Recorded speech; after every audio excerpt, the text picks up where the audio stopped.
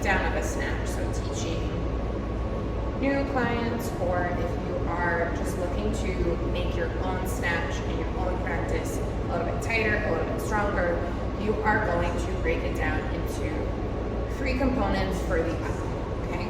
So if you sort of shadow box that movement here, as you snatch, you're keeping that elbow tight until you extend overhead with that trajectory going upwards. So the first portion of your snatch is the hike to a T-Rex swing.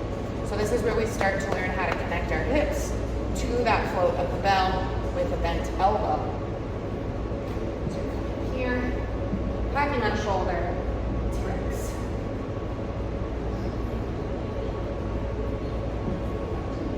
The second portion is starting to get that bell to float a little bit higher. So now we're coming maybe shoulder height with that elbow, but it's still staying bent. So you'll go from a T-Rex up to what we call tiger. So in order to hit tiger, really the only difference between the T-Rex movement and the tiger is how much drive you're hitting with your glutes. So you're trying to muster a lot more energy to get that bell to float higher versus floating at hip height. So what I'm going to do here is I'll do 2 T-Rex into a tiger, so you can see how really the only thing that's changing is how much drive I'm getting from my legs. So we go 2 T-Rex, big squeeze, find that tiger. Okay?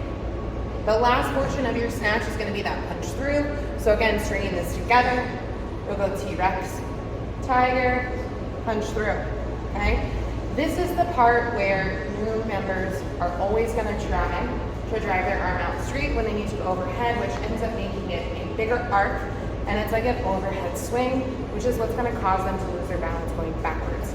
And it's going to flop a lot harder on the back of the wrist. So making sure that they're still keeping the elbow tight from the T-Rex to the tiger, and then punching straight through, still connecting with the glutes so they're driving heels through the ground as they get tall. You don't want to cue hips so that they're coming forward like this.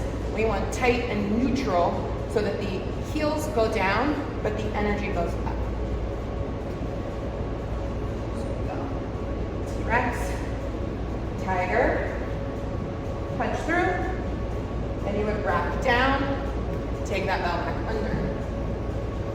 One of the sequences that I like to use when working on snatches, trying to clean up snatches with a heavier bell, or in teaching somebody who's learning how to be comfortable with a snatch, is a progression where you would snatch the bell up, rack it down, snatch the bell up, rack it down, and then on minute 2, you would clean press the bell, snatch down, clean press the bell, snatch down, and then minute 3 is a full snatch up and down, okay?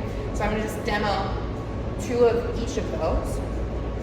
So here, we're going to snatch up, rack down from that clean position, take it back, snatch up, rack down. If we want to work on the down, you're just reminding your clients to drop with that elbow. So you want to reverse the movement back through tiger, back through T-Rex, making sure that they're hitting that hip hinge so that the bell is tracking above the knees. Okay, so sometimes we'll see people who start to throw their hips back too soon. Again, that's going to cause them to lose energy out and away from the bell instead of in that upward trajectory or into the glutes in order to then fire into that next one. I'm going to do this one from the side. So for this one, you would clean the bell, press up, drop with the elbow, back into a clean, press up, drop with the elbow, clean, press, okay? And then you adjust from there, go into a full snatch. Exhaling with the hips, drop the elbows, drop the elbow.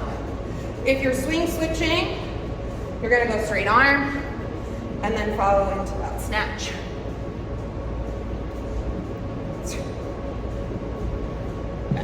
So if you swing switch with snatches, it's always going to be sort of that single arm swing in between, take it into the backswing, and then snatch back up.